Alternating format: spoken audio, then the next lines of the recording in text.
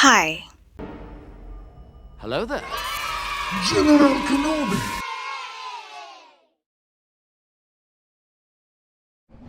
It's been a while, and I apologize so deeply. So many things has been going on for the past year, I don't even know where to start. But if I start explaining, then this video would be 2 hours long. So because of that, I'd rather keep parts of my personal life personal. What was the reason? So I'm just going to talk about the topic of this video instead. KLIBF 2025, which is long overdue. So KLIBF 2025 happened from the 23rd of May to June 1st. But before that, those who are new, hi, welcome. My name is Sara and I am introvert insane, as you can see from the frequency of this channel's posting. For the past year, I have been quite involved on TikTok, so you can follow me there as well. Also, the irony here is that I actually have more TikTok followers than my YouTube subscribers. But yeah, TikTok is where I post a lot of random stuff and current issues and trends. Follow me there if you just want some random shit. So yeah, I haven't fully abandoned my YouTube because I do love yapping for long periods of time. My problem is shooting. A little bit of context. Before this, if you guys watched my videos previously, I used to have a backdrop over here. This is my chair that I used to sit. Right now, I'm currently on the floor. I've lost my backdrop, so I just decided, you know what? I think I'm more comfortable on the floor rather than on the chair. I'm a floor gang. I also have Instagram, which I am trying so hard to grow. I'll figure it out, eventually. I'm also on Goodreads and Fable. Now, unlike the previous KLIBF that I have covered, this time it's a bit different because I joined it as part of the group. And there's a lot of celebrities coming this year. I'm not sure how it was last year. Probably because there's a lot of drama book adaptations. So it gets really crowded at the time. Aside from that, I also got some scoop about the Malaysian book industry. Now, pour the tea. Which I wish I could share, but I don't want to ruffle any feathers yet. Malaysian book industry turns out to be kind of spicy, and I want those tea. But more about the book industry later. Let's talk about my KLIBF book haul. I know that this is overdue as here are the book lists. You may use the timestamp if any of these books in particular are interest for you. By the way, I removed this book from this list is because I am waiting for the whole series to finish so I can do a whole one-shot video about the whole series. Boy, I have a lot of things to say. But till then, I'm going to keep my mouth shut. Now, the first book.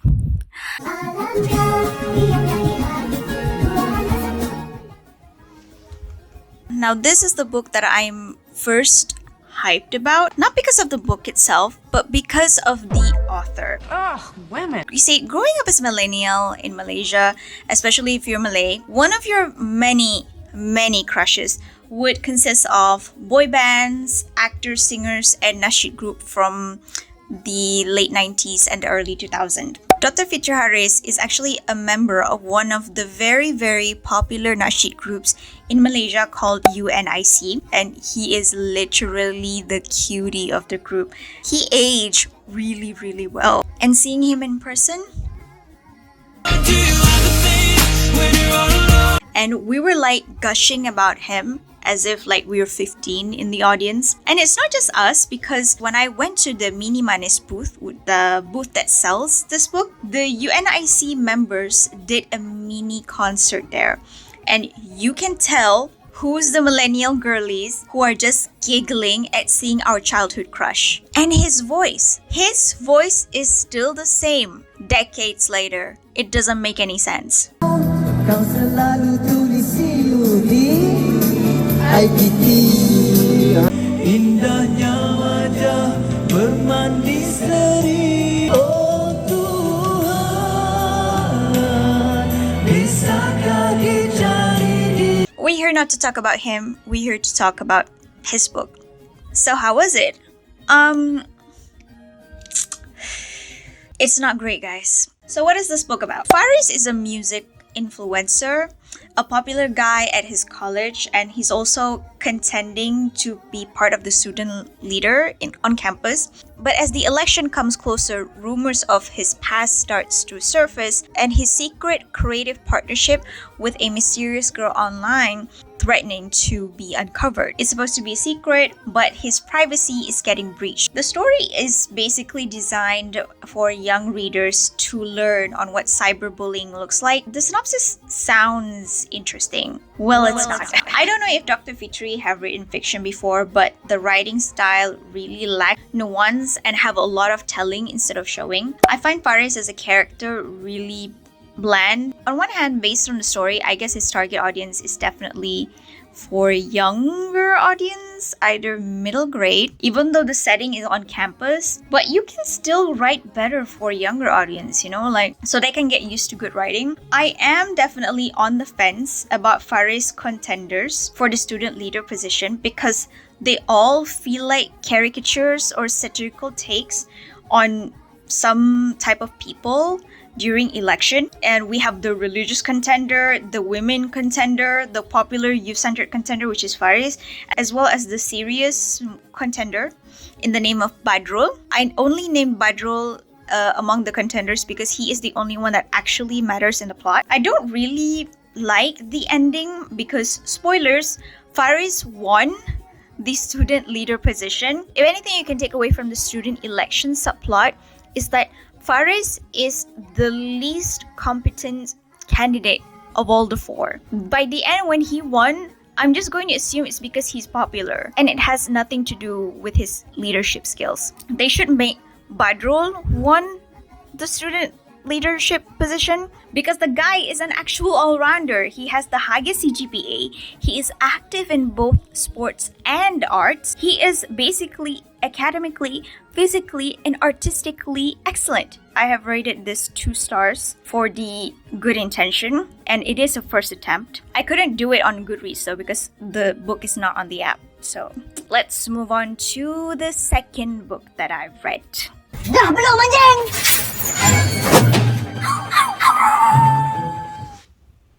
The session with this book is the one that gets the most frenzy.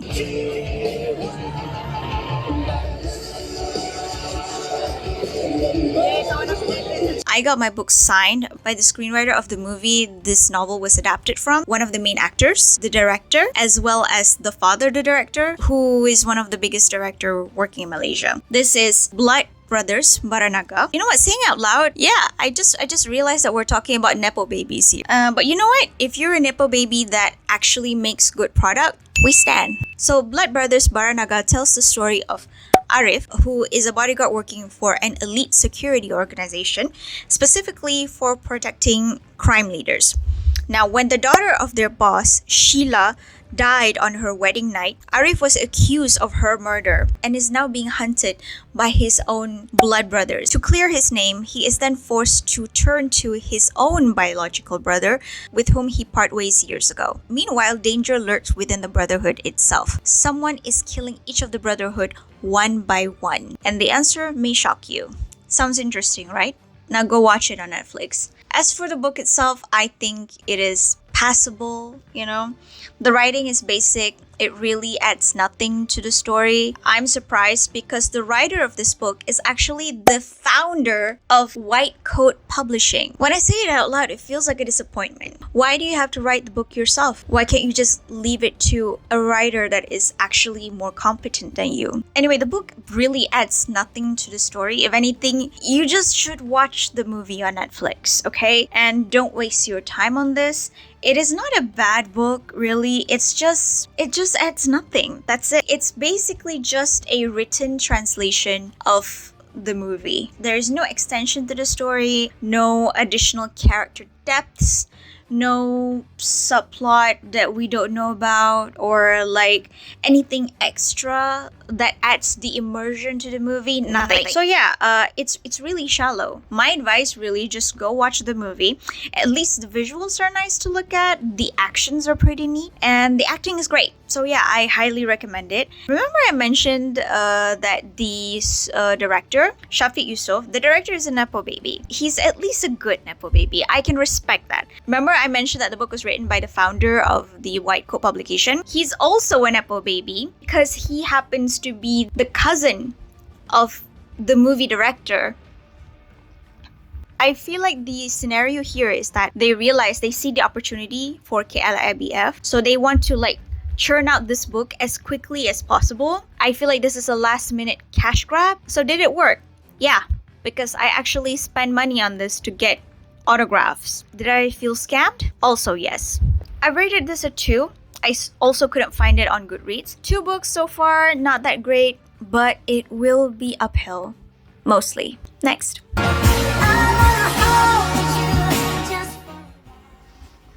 Okay, so this is my first purchase from the indie publication Must Read, and I got 2 other books, which I'm going to talk about later. It tells the story of Hafsa, a talented painter whom, after being betrayed by a friend in the industry, goes back to memory lane with his late friend Atif, who died due to a car accident. This led to her uncovering Atif's deep dark secret and led her to the path of healing and more confidence in her art. It's really not bad. The concept is pretty solid, and it is not another romance-focused publication, thank God, because we have honestly too many of that. Too many. So I am more than happy and welcome any publication that does not aim to make anything that is romantic focused. Hafsa's trauma after being betrayed felt really real. The a-hole who did that to her did it in a way that, not gonna lie, if I was in her place, I would totally be manipulated as well, because it is so subtle. It totally messes with her self-confidence. He used her naivete, her lack of experience and confidence in her own talent to make her work no longer feel like her own. And he also did a smear campaign against her in the industry to make her less credible. Honestly, I'd be traumatized too. That's the only good part of the book, because I barely remember that the story is supposed to be about her and Atif in the past and the mental struggles while he was alive. The problem is that it is too short and there is no space to allow for Atif's story to properly breathe. They're supposed to be paying more attention towards that part, but instead the highlight for me was the part between Hafsa and Rafi. I rated this 3-star on Goodreads, and what a shame, because this book really does has a decent concept. But next comes a book that actually has an interesting concept.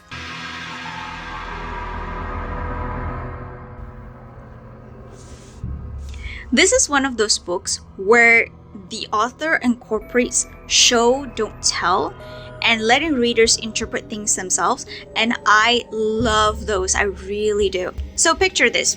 You're joining the KL vertical marathon on the KL tower, and as you climb higher and higher, things get weirder, and then all of a sudden you're haunted by these visions. Is the tower haunted? Are you hallucinating because you're so tired or you're dehydrated? Or are you just slowly going insane the higher you go to the top? The concept is really simple, but the execution is so amazing, and it's so creepy and very trippy as well. Nayli Nasran writes this very eerie and haunting visions. I love how she incorporates like real Malaysian motifs to her writing.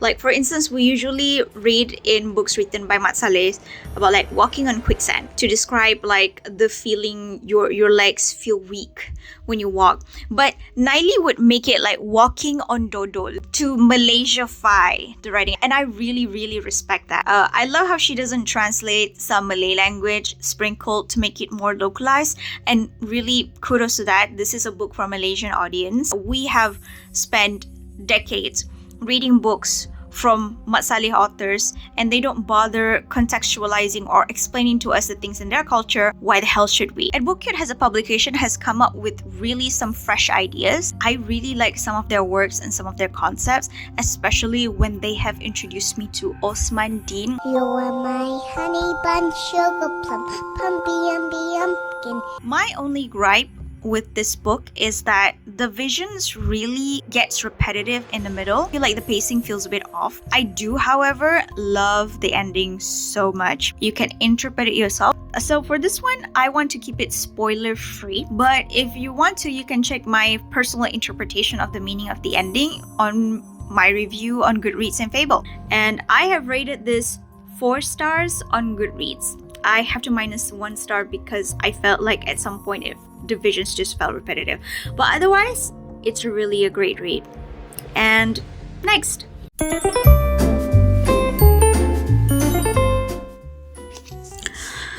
Osman Deen is that author where you read 3 of all of his works and all of them slap. Whatever it is that he makes, just shut up and take my money. This time, it's no exception. Stesen Hikayat tells the story of Mawar, who is in search of her late father's book. So in her search, she encounters the mysterious Awang Batil. And then because of Awang Batil, she was compelled to ride a train that takes her on a journey across time and space that defies the law of reality. From there, she met the people whom themselves are on the journey to piece their own story. I don't want to elaborate further on this because this is best experienced blind. Osman's Deen have been nailing this really interesting concept. First, it was the albino vampire. Next, it is connecting people from different timelines. And now, it is the Polar Express meets When the Coffee Gets Cold. Not only is the writing masterful, but it's the language, the concept, the characters are thoughtfully fleshed out. If you see the name Osman Deen anywhere, I'm telling you, you'll be getting quality with the capital Q. And that's on period. Because the O in Osman Deen stands for outstanding. You will be reading good. I've rated this 5-star on Goodreads because no notes. Really, just, yeah, chef's kiss.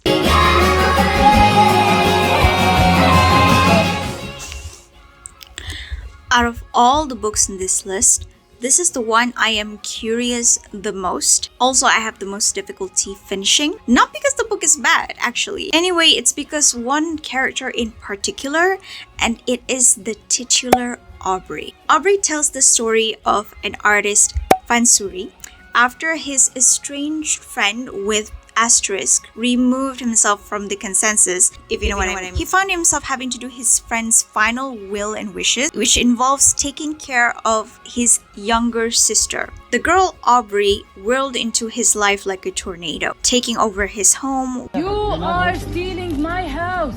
And if I don't steal it, someone else is gonna steal it. No! Winning over his friends, and sooner or later, his heart. The story really does sound simple, but trust me, it gets more complicated. On the surface, it seems like your average enemies to lovers. Trust me, it's not. It's not romance, it's more like romance as a subplot. Aubrey and Fansuri's relationship is really chaotic, borderline toxic even. One character is crazy, another is egoistic, but when you think about it in a twisted way, they're actually made for each other.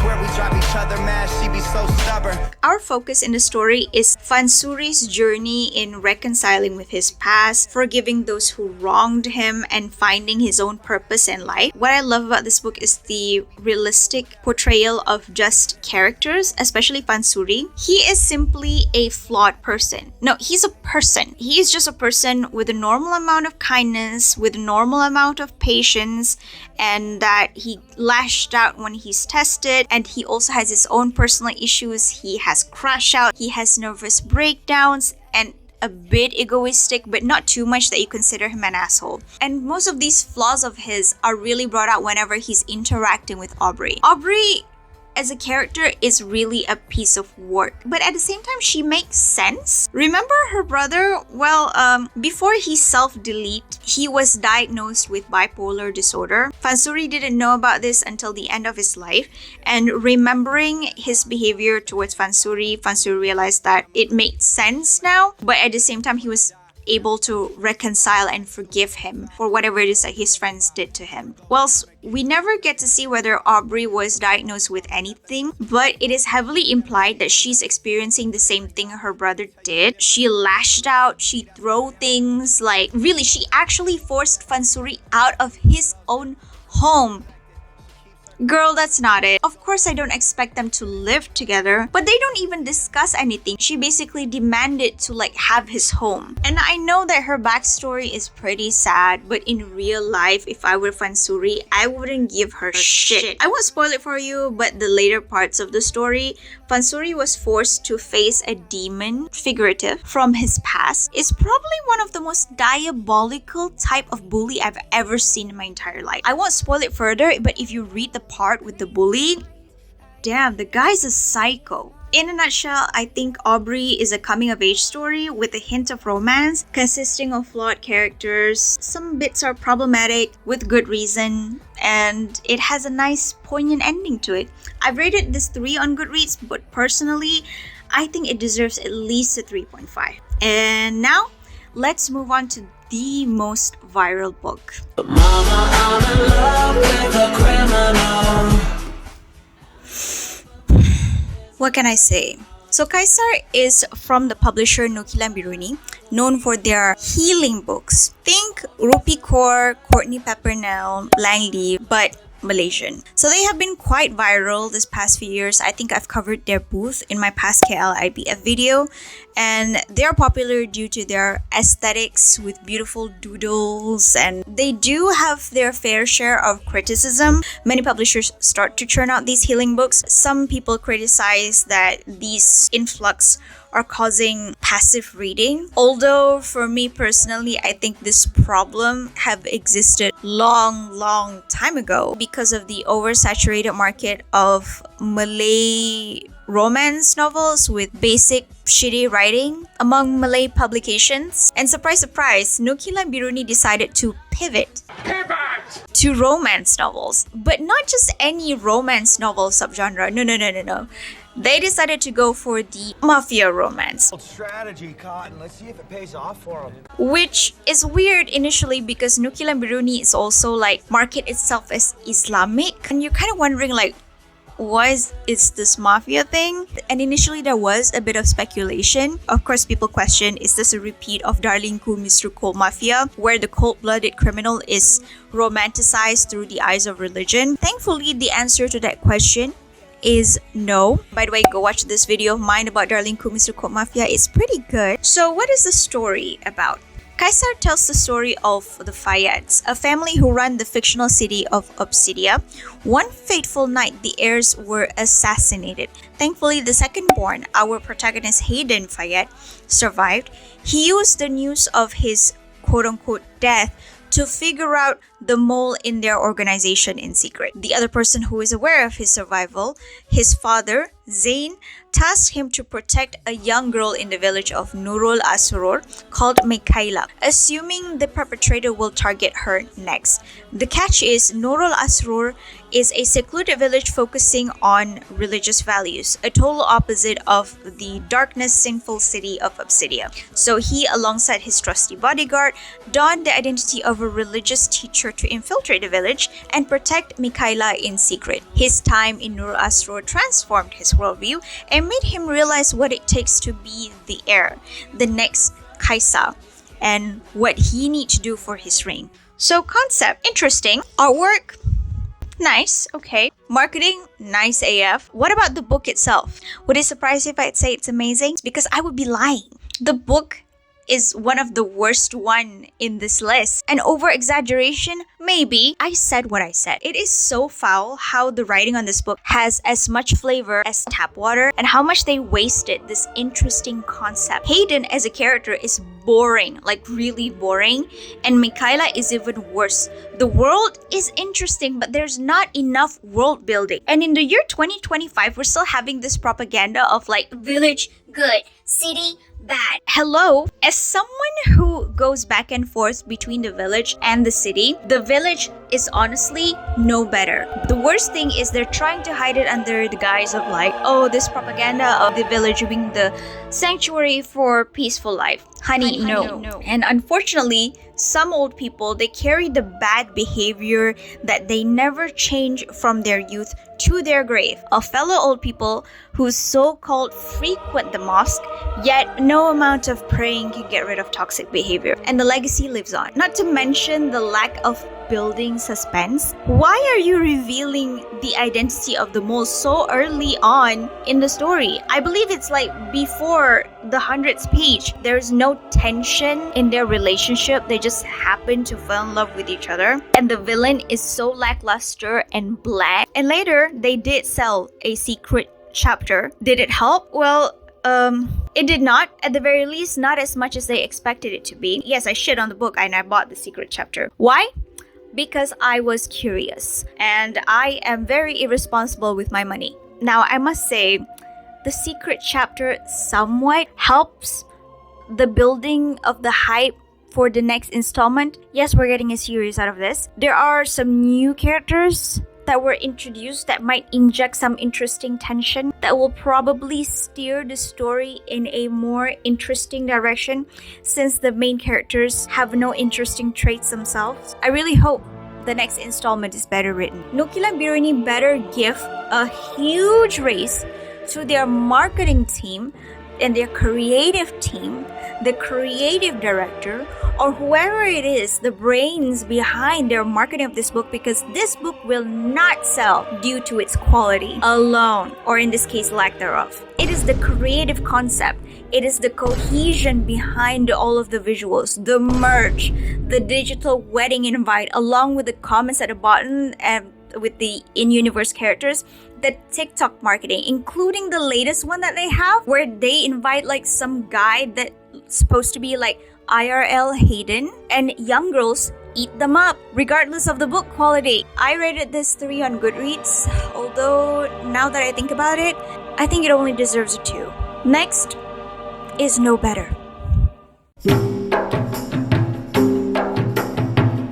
If you like Scarlet Heart, Love Destiny, or even the latest one, Bon Appetit, Your Majesty, you're gonna hate this book because it ruins a perfectly interesting premise with bad writing. If Michaela in Kaisar was as interesting as White Bread, Sara has the audacity to be a freaking Mary Sue and gives me headache for the many times I rolled my eyes of how she floated around the story, being everyone's objective desire and admiration. The story is about Sara, a modern-day female bodyguard whose consciousness was transported to a body of a girl in the past called Cempaka. Cempaka is engaged to Tundaim, but Tundaim is not in love with her. But since Sara is a modern-day girl trapped in the past girl's body, so her personality ultimately becomes different. And Tundaim found himself smitten with Sara, but Sara is not interested in him. Now, in this time period, Sara experienced a lot of interesting journey, like going to China as part of an envoy, falling in love with a Chinese general or a Chinese vizier or something,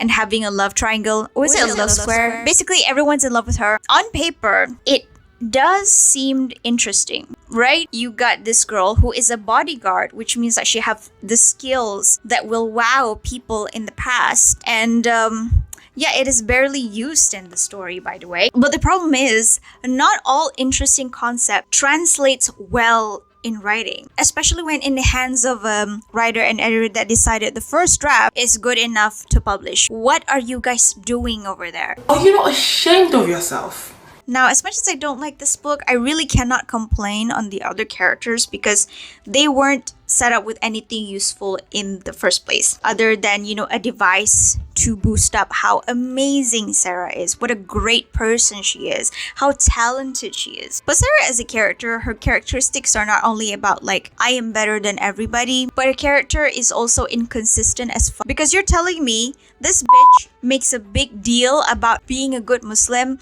like reading the Quran, praying 5 times a day, but then later in the story, with no hesitation, she rubs her fiance's bare back in a bathtub? Bruh. Also, what the fuck was the ending? Because not only the past timeline ended so abruptly, I honestly don't care about spoilers at this point.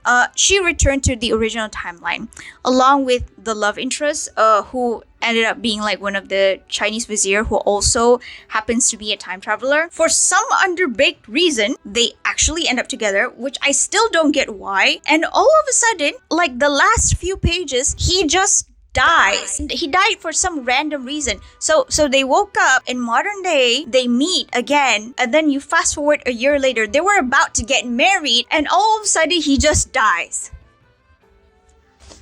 I just realized I gave this 2 stars on Goodreads. It deserves a 1. Now let's move on to the last one on the list, okay? So the next one is actually the most expensive one on this list because it's technically not a book in a traditional sense. We're talking about a game book set, alright?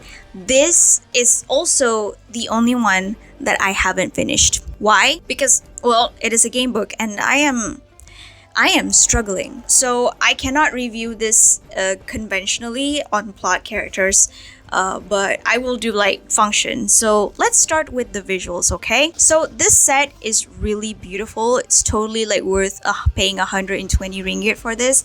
We got like these 5 character cards and a high quality badge, 3 bookmarks, 2 dice, a map, the guide, printed game journal, which you can download the soft copy with the QR code. There's also a QR code for virtual dice as well if you don't have the physical dice. And of course, the 2-part book. I just really love the minimalist design, as you can see. For me, it has this clean, expensive look. Oh my god, the sprayed edges, look at this. Look at this. Oh my god, it's so gorgeous. It looks very high quality. It's very well done. My only complaint is that there is no numbering on which book is the first book. I actually have to check Goodreads for that. So what is the premise of the story of this game book? So we play as Q, a boy who's staying at his grandfather's home, Tok Sam, during the school holidays when all of a sudden his grandfather was kidnapped by an unknown creature and was dragged into a portal to a different world. He followed suit but lost sight of his grandfather and the creature. Thus, he begins his journey in the world, and as we play as Q, we shaped his path through the game book. Now, I am 2 hours in and I barely scratched the surface of the story because playing this really requires a lot of hours. Some parts you can choose the path you need to go, and some requires for you to actually use the journal and roll the dice. And since this is my first experience with a game book, I'd say it's pretty good. It takes getting used to and it takes a lot of time. I still haven't finished it, but so far it's good. So how do you play or read this book? Well, that will be a topic for another video. And let me tell you something, I have never used math so much since I left school. So that's all for about my KLIBF book haul. And if you guys did went to KLIBF, what did you guys get? Did you get any of the books that I got also? And if you did, which one you like, which one you dislike? And I bet that all of you have Kaisar in your list, right? Thank you guys so much for watching, and I'll see you guys in the next one. Bye!